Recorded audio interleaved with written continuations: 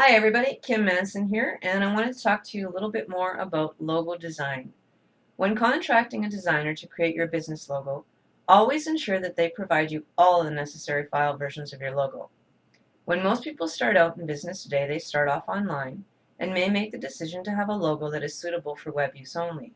Those are files such as JPEG and PNG images. However, once your business expands, you may find more and more people requiring your source file. What I mean by source file is the original artwork in a file format from the program it was designed in. These file extensions are, as written on the screen, .ai, .eps, .psd, .pdf, just to name a few.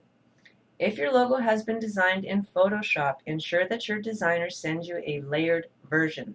This will ensure that any designer at any point can open up this file to work on it. If you do not request a layered version, you will receive a flat image which is basically useless. If your logo was designed in a vector-based program, then all you need to ensure is that you have the source file. And always ask for an EPS version. An EPS file can be opened up in any vector program.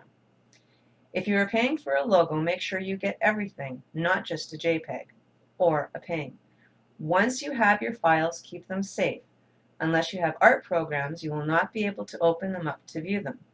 But the point is, you have to have them, and here are a few reasons why. A JPEG image is set on a forced background color, usually white, and is also the size it was given to you in, so therefore it can't be increased. Now these are all of Frank Kinney's logo source files that he did receive for one of the logos that I designed for him. First one I'll open up here is the JPEG, and I'll open it up with Photoshop.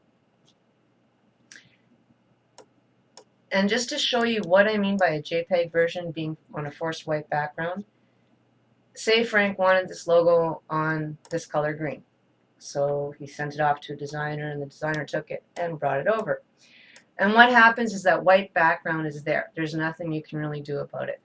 So a designer's going to have to spend a lot of time editing out this white background, which can result in a little bit of a higher cost that you're not expecting. Now going back to his files, the other file version commonly used for web design and also for graphics on Facebook, LinkedIn, and such is a PNG image. Now if we open up the PNG image, you can see here I can kind of see a grid behind. What that means is the PNG image is the exact same thing as the JPEG image, but it's on a transparent background. So if a designer needed to work with this, they could easily slide it over, and he's got it on the green background. Not sure if you'd want it on the green background, but he's got it on the green background. Okay, back to his file sources. We're going to use this EPS file as an example. Any designer or print company with the right programs can open your logo and resize it to fit certain print collateral, such as banners or t-shirts, but also, if need be, easily change things up. You may not have a constant ongoing relationship with the person or company who created your logo, or that person may be going out of business. And then one day you may think, I want to change the color. Well, as long as your source file is in your hands, a new designer can pick it up and make these changes. So we'll take the EPS version, which can be opened in any vector program. I'll double click it, make my window a little longer, and we'll zoom in here on the condensed version of his logo. So at this point, it's so simple for a designer to say, or for Frank to say to the designer, I really don't like that yellow that Kim chose. Let's make it bright blue. And that red is too dull, so let's make it bright red. And that black, well, I like gray better. And this blue, well, let's go orange. So you get the idea. This is so easy for a designer to do and will save you tons of money. So I'm going to close that window off and go back to his source files. Too often, I've personally run into the issue of a client who only has a JPEG version of their logo. It may be 12 inches big and set at a really high resolution, but more times than not, I've had to recreate their logo to make it work for their projects, and this costs the client more money. So keep in mind when paying for a logo design, you want to request the source files, an EPS file, and of course the JPEG and PNG files that you can start to use right away in your own documents.